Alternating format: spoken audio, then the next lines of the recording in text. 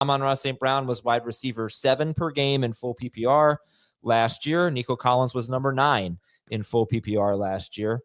That does include a couple of partial games. He played only 18% of the snaps in week 18. He played like 13% of the snaps in week 5, Nico Collins. You take away those 2 games, he was actually on pace for 156 targets. And if he gets that, he could be wide receiver 1, in my opinion. So I'm going Nico Collins. Dave has Amon-Ra St. Brown ahead of Nico Collins. I like Nico. It's going to be a pretty similar argument to what you're about to hear when we do A.J. Brown versus Drake London. If the targets are even close, I think it's going to be Nico. He is, on paper, looking at statistics, might sound crazy. He's arguably the best wide receiver in football. In terms of yards per route run, those types of things, the metrics are absolutely eye-popping. He is unbelievable. And he's not on this low pass volume team. The Texans, they have a new offensive coordinator, so take that for what it's worth. But 2 years... It'll be the same scheme, just a different guy calling the plays. 2 years under DeMeco Ryans, they've been 12th with C.J. Stroud, 12th in pass attempts, I think both years, whereas the Lions have been 9th and 16th. So maybe the pass attempts will be similar. There's just no target competition. And another thing I'd say about Nico Collins is maybe I'm making an excuse for him, but his numbers before the hamstring injury in week 5 were absolutely unbelievable. He came back. He just wasn't as good. He wasn't bad, but he wasn't nearly as good. And I just think, no Tank Dell, no Stephon Diggs, or maybe a little bit of Tank Dell. You tell me you're getting 150 or more targets from Nico Collins, and I am all over it. Whereas Jameson Williams emerging a little bit. Sam Laporta is a factor. They, at times last year, were extremely run-heavy, Detroit. So that's why I'm going Nico over St. Brown. And even though all those things did happen in Detroit, Amon-Ra St. Brown averaged 1.1 more PPR points per game than Nico Collins. And then you're going to throw back at me, well, Nico left a couple of games, and that's why it happened. Maybe so, but we still started him for those games. I think they should count against Nico Collins. I can't They should. They absolutely should. They do count in the standings, Dave, but they don't count in terms of what does this guy do when he's healthy. That's what the whole point of it is. Okay, fine. I'm still going to take the receiver. And this isn't me slighting Nico. It's not like I'm calling Nico a bust. They're 2 spots apart. Yeah. They're Nor both is top this me 8. slighting St. Brown. No, yes, Absolutely. It is. You hate Amon-Ra St. Brown. Everybody knows it. I can't wait to tell him. But St. Brown, consistency is going to be something that I'm going to lean on in off-season rankings. 18.7 PPR points per game in 2024, 20.7 in 2023, 16.7 in 2022, with 18.2 in his last 9. This is a wide receiver that you can use ink for 18 plus PPR points per game with. And Nico will be close to that. And I agree that Nico is the only show in town. Christian Kirk is not going to be a major threat to him, at least certainly not as anywhere near or more major, I should say, than what Stephon Diggs would have been if Diggs were healthy. Remember, Diggs is a little bit older now. But I think Amon-Ra St. Brown is just a little bit safer. I still think he's going to be the top target gainer in Detroit. And I still view him as an elite fantasy receiver. That I view both these guys as elite fantasy receivers. They both had over 8 targets per game last year. But St. Brown, to me, just has the consistency factor on his side.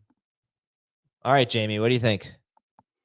I think this comes down to how you want to draft, because they're both most likely going to be awesome. They're both most likely going to be, if they stay healthy, first-round picks. But I do think that if Nico, I think you both said it the way that I feel about both these guys. I think if they both have the same amount of targets, Nico Collins will be better. But I also think, like Dave said it best, like there's the safety and consistency factor of Amon-Ra St. Brown. So if you are looking for, I think, the higher ceiling, you're going to probably lean toward Nico.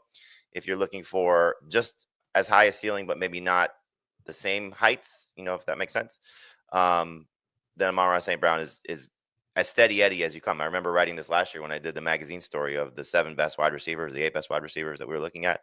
The safest one by far was Amon-Ra St. Brown. And it's probably the same thing right now.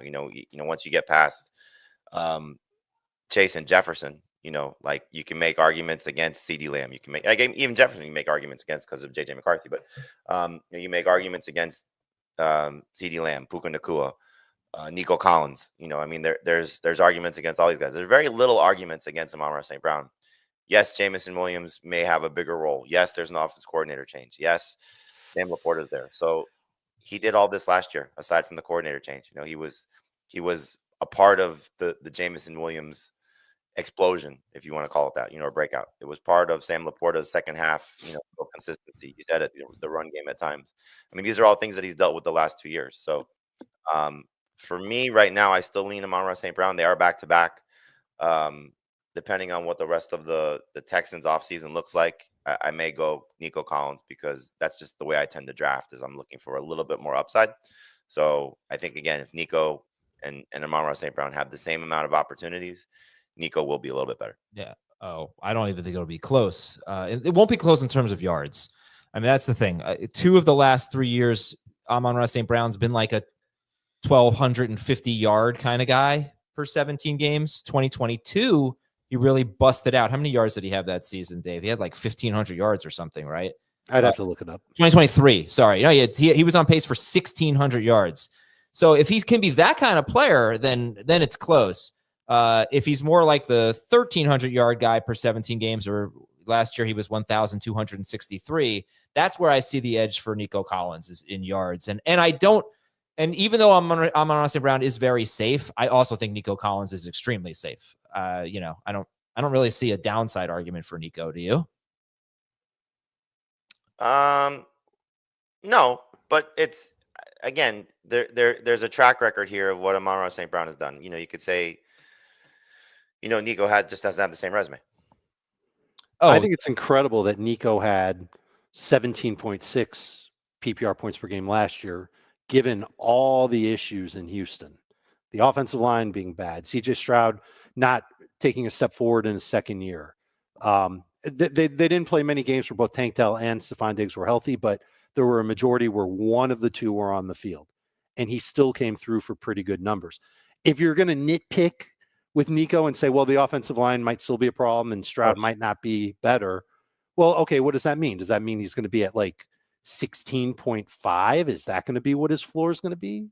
I think people would be a little disappointed if they took Nico in round 1, and that's what he ended up doing. And I think Amon-Ra St. Brown could certainly best that number, but that's still pretty good for a fantasy contributor.